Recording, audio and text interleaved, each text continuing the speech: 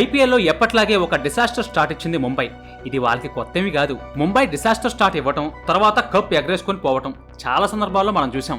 అయితే ఆ టైంలో కెప్టెన్ రోహిత్ ఎలిమినేషన్ అంచుల వరకు వెళ్లి 2 సార్లు కప్పు కొట్టిన ఏకైక టీం ముంబై ఇండియన్స్. మొత్తానికి 5 కప్పులు. అయితే ఊహించని విధంగా కెప్టెన్సీ నుంచి రోహిత్ ని పక్కన పెట్టి దారుణమైన షాక్ ఇచ్చింది ఎంఐ యాజమాన్యం. అప్పటి నుంచి ప్లేయర్ గా ఆడుతున్న రోహిత్ ఒక్కసారి కూడా ఈ విషయం గురించి మాట్లాడలేదు. అయితే ఇప్పుడు ఫస్ట్ టైం తన ఐపీఎల్ కెప్టెన్సీ గురించి స్పందించాడు రోహిత్. రీసెంట్ గా ఐపీఎల్ లో భాగంగా ఒక ఇంటర్వ్యూకి అటెండ్ అయిన రోహిత్ ఈ విషయం గురించి మాట్లాడుతూ, నా పొజిషన్ మార్చేమో గానీ నా మైండ్ సెట్ మారలేదు. ఒకప్పుడు మిడిల్ ఆర్డర్ బ్యాట్స్మెన్ గా స్టార్ట్ అయ్యా, కానీ ఇప్పుడు ఓపెనర్ అయ్యా. అప్పుడు కెప్టెన్, ఇప్పుడు కాదు, అంతే. కానీ ముంబైని గెలిపించడంలో ఉండే ఫైర్ ఇంకా నాలో అలానే ఉంది. ఈసారి ఖచ్చితంగా ముంబై 6వసారి కప్ సొంతం చేసుకోబోతుంది.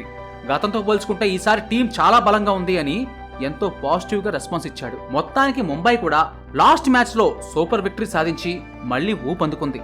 మరిన్ని క్రికెట్ అప్డేట్స్ కోసం మా ఛానల్ ని సబ్స్క్రైబ్ చేసుకోండి. Thank you.